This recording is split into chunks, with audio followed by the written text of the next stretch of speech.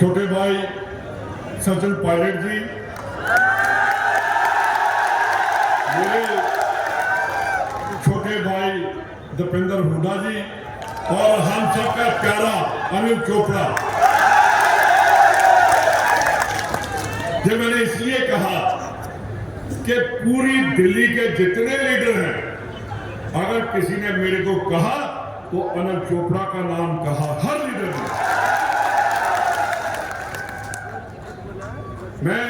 मेरे को दीपेंद्र जी की कॉल आई, फिर वो कहने लगे कि अनिल को टिकट देनी है। मैंने कहा मैं देखूंगा। उसके बाद बड़े हुड्डा साहब की कॉल आ गई, कहां हो? मैं जी पंजाब भवन मेरे पास आ जाओ। कहने लगे मैंने एक ही टिकट के लिए कहना है, वो अनिल चोपड़ा की है।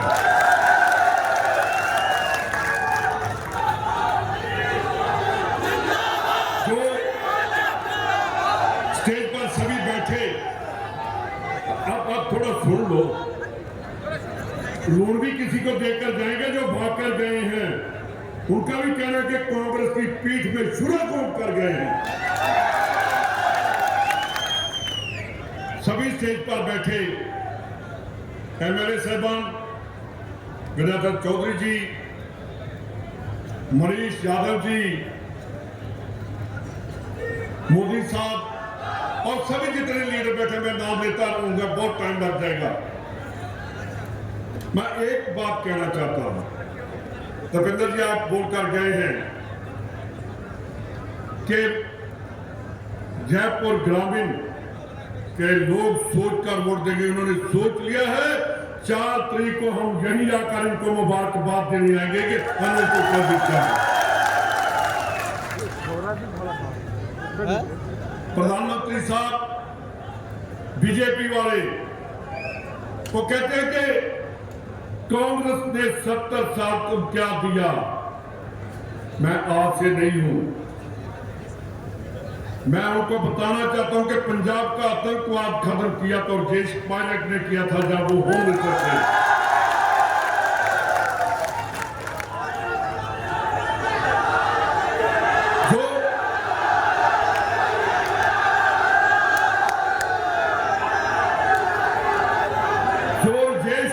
थे वैसे उनका बेटा आगे होकर कांग्रेस के लिए लड़ाई हो रहा है। मैं क्योंकि बड़े पायलट साहब का मेरे फादर के साथ बहुत प्यार था। जब उनकी एक्सीडेंट में मौत हुई, मेरे फादर ने कहा कि इसके बाद कांग्रेस ने एक बहुत बड़ा लीडर खो दिया, जो हम कभी भी वो जगह नहीं बन सकते।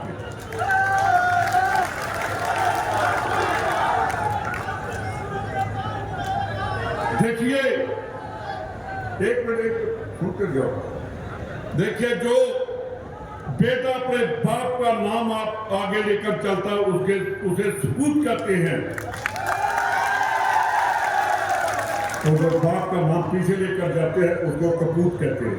ये हमारा भाई सपूत बनकर कांग्रेस के चुंगे लड़ाई लड़ रहा है।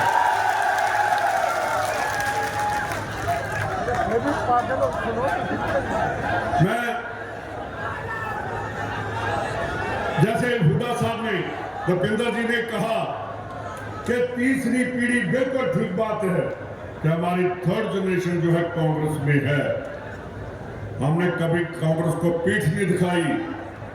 मैं जहां का प्रभारी हूं, मैंने राजेंद्र यादव को कहा कि आप बीजेपी में जा रहे हो। कहने लगा नहीं। मैंने कहा विश्वासघात मत करना।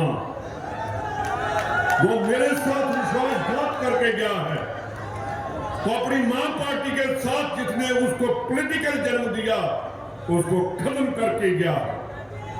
एक बात मैं आपको कहना चाहता हूं, उसने विश्वासघात और हमें धोखा दिया है।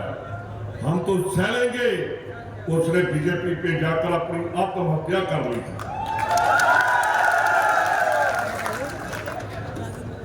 मैं दीपेंद्र जी, एक दिन मेरे को पंजाब में पूछने आगे, इंटरव्यू लेने वाला कहने लगा ईडी आएगी, विजिलेंस आएगी, जैसे दूसरे लीडर भागकर जा रहे दूसरी पार्टियों में, आप कौन सी पार्टी में जाओगे? मैंने कहा मैं जेल में जाऊंगा, कांग्रेस नहीं छोड़ूंगा। जो मर्द है वो लड़ाई लड़ता है। तलवे चाटने वाले तो बहुत हैं जो तलवे चाट कर पॉलिटिक्स करते हैं। मैं सचिन जी एक बात कहना चाहता हूं कि कांग्रेसियों ने बहुत धोखा दिया राहुल गांधी को और कांग्रेस को। आप मंत्री बनकर, मेरे को पता बहुत जोश है, मैंने 4 को मुबारकबाद देने आना है आपको। जरा करते आओ, एक जो बैठे हो मेरे सामने, वो अनिल चोपड़ा हो, पार्लियामेंट में जैसे आप बोल रहे हैं वैसे पसीने लाएगा बीजेपी को। बीजेपी कहती है 400 पर, उसको तो कैंडिडेट ही नहीं मिल रहे। बूढ़ा जी बताओ, हरियाणा में किस पार्टी के कैंडिडेट उन्होंने दिए हैं? पंजाब में किसको दिया? भगौड़े जो कांग्रेस ने छोड़ दिए उनको इन्होंने अडॉप्ट किया। देश की बात करते हैं कि हम देश को आगे लेकर जाएंगे। पहले देश पीछे था, पहले आगे था। इनको क्या पता? आपका जो पश्चिम मुख्यमंत्री है वो कहता है, कभी तो उनको प्राइम मिनिस्टर को चीफ मिनिस्टर बोल देता है मुख्यमंत्री साहब। तो पीछे मैंने सुना प्रधानमंत्री को उसने श्रद्धांजलि भी दे दी। जिस मुख्यमंत्री को पता ही नहीं कि एंटी टेररिस्ट गैंग बनता है, वो कहता हम टेररिस्ट गैंग बनाएंगे। तो पहले भी वही करना। तो चीफ मिनिस्टर को तो बहुत इंटेलिजेंट होना चाहिए। आप इतनी देर से बैठे, मैं कह रहा था कि राजस्थान में एक बात देखी है, कांग्रेस जिंदा है। अगर धोखा देता तो जहां का लीडर देखकर जाता है, कांग्रेस का वर्कर कांग्रेस को धोखा नहीं देता। दूसरी बात और मैं आपको बता दूं कि जब तक इनमें से बैठे जो लोग हैं, जो एमएलए बन जाता है, वो अपने परिवार की तरफ मत देखे, इनकी तरफ देखे, कांग्रेस कभी खत्म नहीं हो सकती। मैंने न्याय रिवाज देखा, घरवाले भी अध्यक्ष, बेटा भी चेयरमैन, बेटे का ससुर भी चेयरमैन। और ये कहां जाएंगे जो मेरे सामने बैठे हैं? आपकी बात इन वर्कर्स की सुनी जाएगी।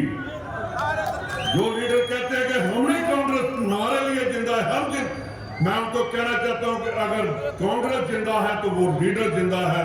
कांग्रेस को कोई नहीं हरा सकता अगर लीडर ठीक हो जाए। भाइयों, ये प्रधानमंत्री जी कहते हैं मेरी 56 इंच की छाती है।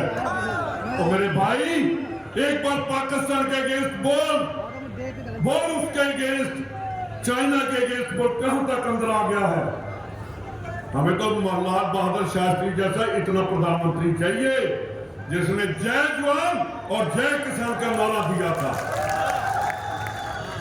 आज जवान भी नहीं है, किसान भी खत्म कर दिया।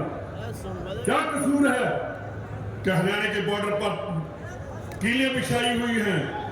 यार, पाकिस्तान से तो सुना जाता था कि जब लड़ाई होती थी जो बम लगा देते थे, या जिसको अन्नदाता कहते हैं। प्रधानमंत्री कहता है कि इनको हम घुसने नहीं देंगे।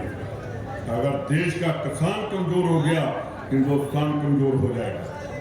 मैं आपसे विनती करता हूं कि जिस जोश से आप बैठे हैं, मैंने जयपुर जाना था, मीटिंग थी, मैंने कहा सचिन जी बोलकर चला जाऊं। कहने लगे अगर गए तो मैं तेरे साथ नाराज हो जाऊंगा। तो मैं अपने छोटे भाई को नाराज नहीं कर सकता।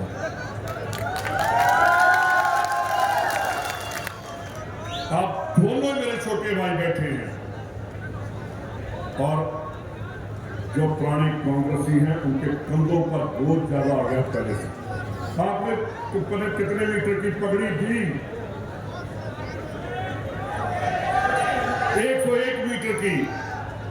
वो 101 मीटर में आपका प्यार है। जो इस पगड़ी की लाज नहीं रखता वो कभी कामयाब नहीं हो सकता। ये पगड़ी की लाज है। मैं आपसे एक ही वादा लूंगा कि जैसे हरियाणा और पंजाब में लोगों ने बॉयकॉट कर दिया कि हम बीजेपी वालों को गांव में घुसने नहीं देंगे, ऐसा 19 तारीख को आप फैसला करके एक वोट भी कहीं से भी नहीं निकलनी चाहिए। बहुत बहुत धन्यवाद। आप इतनी देर से बैठे हैं और कांग्रेस के आप, मेरे को खुशी इस बात की है कि जो हमें छोड़कर गया उसकी छाती पर आप बैठे इसी जगह पर। बहुत बहुत धन्यवाद। जय हिंद। बहुत बहुत धन्यवाद। और अब आइए